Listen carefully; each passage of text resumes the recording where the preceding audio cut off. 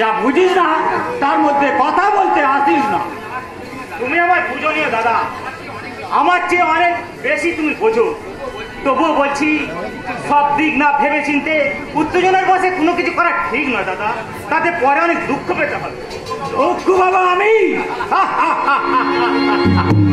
30 বছর আগে বিরাট সরকারের সঙ্গে আর আজকের বিরাট সরকারের মেলাকে গিয়ে তুই বিরাট ভুল করছিস। সেদিন আর আজকের মধ্যে অনেকখানি তফাৎ। টাকার পাহাড়ে তুমি বসে আছো ঠিকই, কিন্তু এটাও তো ঠিক, টাকা দিয়ে সব কিছু কেনা যায়, দুঃখকে জয় করা যায় না দাদা। দুঃখ বাবা আমি জীবনটাকে তুই খুব ছোট মনে করছিস। সেই জন্যই বুঝি তুমি বিবাহকে ছোট করতে চাও। নিশ্চয় রূপা চিঠিতে আমাকে জানিয়েছে আমার মেয়েকে সে অপমান করবে আর আমি বাবা হয়ে চুপ করে থাকবো।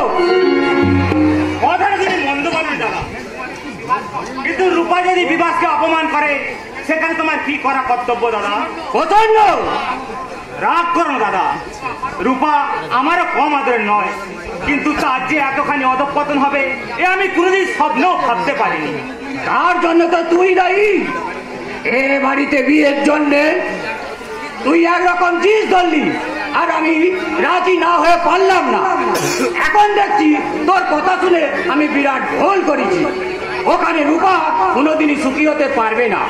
না দাদা, এত বড় ভুল তুমি করো না। নারী হয়ে জন্মেছে সে, তাকে স্বামীর ঘরে থাকতে দাও।